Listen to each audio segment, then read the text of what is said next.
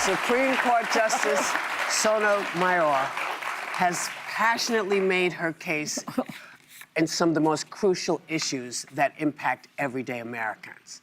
Now, the first Latina to serve on the bench of America's highest court has written a new children's book available in English and in Spanish called Just Shine: How to Be a Better You. Please welcome Justice Sonia Sotomayor.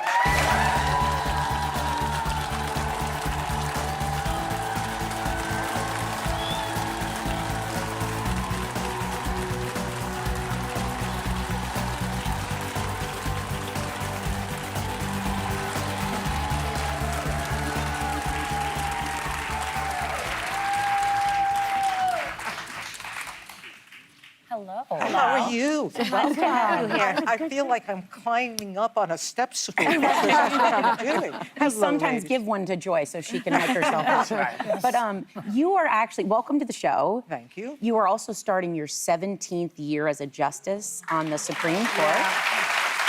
And I heard that watching episodes of Perry Mason influenced your decision to become a lawyer. Is that true? It's absolutely true. Perry Mason and Nancy Drew. I love Nancy Drew. And Nancy Drew. There's enough people of my age in the audience to remember Nancy Drew. Yes. She was a detective. She was a detective, Yeah. amateur detective. And she got me interested in law and thinking about it, and then Perry Mason sealed the deal.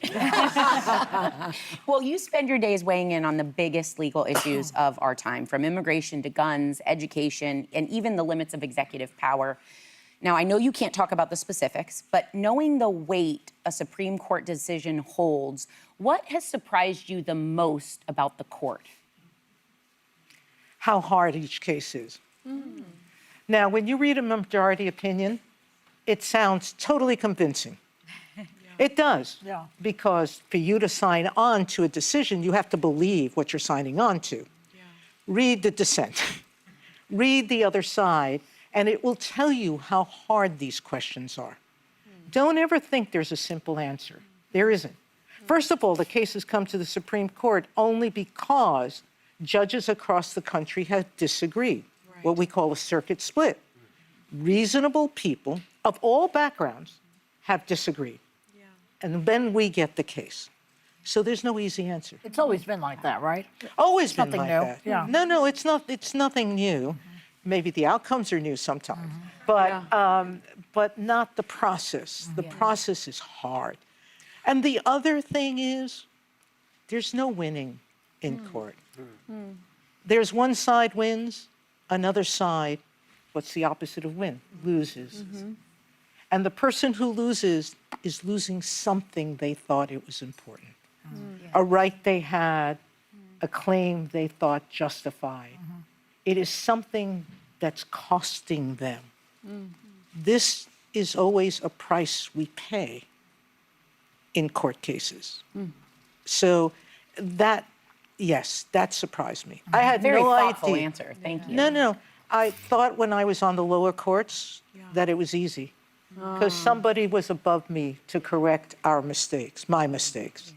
Not now. The buck stops with you. The buck stops with us, yes. Well, Justice Sotomayor, speaking of dissents, which you seem to be writing a lot of lately. More than I ever hoped. Yes. In Dobbs, you warned that overturning Roe v. Wade would create a stench, that the Supreme Court's decisions are driven by politics and not law. And in your recent dissent, you said the court's recent ruling would allow agents, ICE agents, to detain people just for looking Latino or speaking Spanish.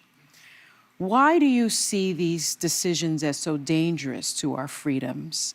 And what do you think ordinary Americans should take away from what seem to be very prescient warnings? Well, first of all, read the decisions. And not just my dissents, but the other side too. Become informed citizens and not just reactive. Because people will say things that are simply not there or say things and misconstrue them.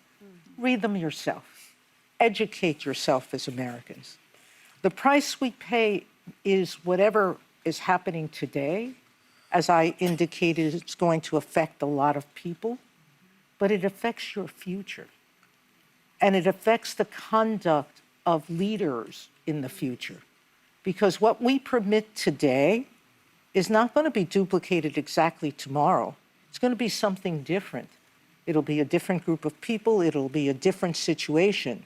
But once we've approved it, it sets a precedent that can be, in your judgment, because in the end you're the people affected, right? Really bad. And that's what's at risk, is in each time we change precedent, we are changing the contours of a right that people thought they had. And once you take that away, think of how much more is at risk later, not just in this situation. And we know that you can't comment on legal cases pending, but as Sonny said, you know, the ruling yesterday about ICE raids, I'm just curious, how are they going to know who is who? Read my dissent.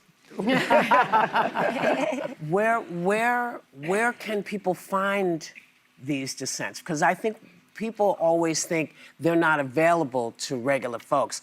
Is there a place to how? Online. Online. And you search online the way you search anything.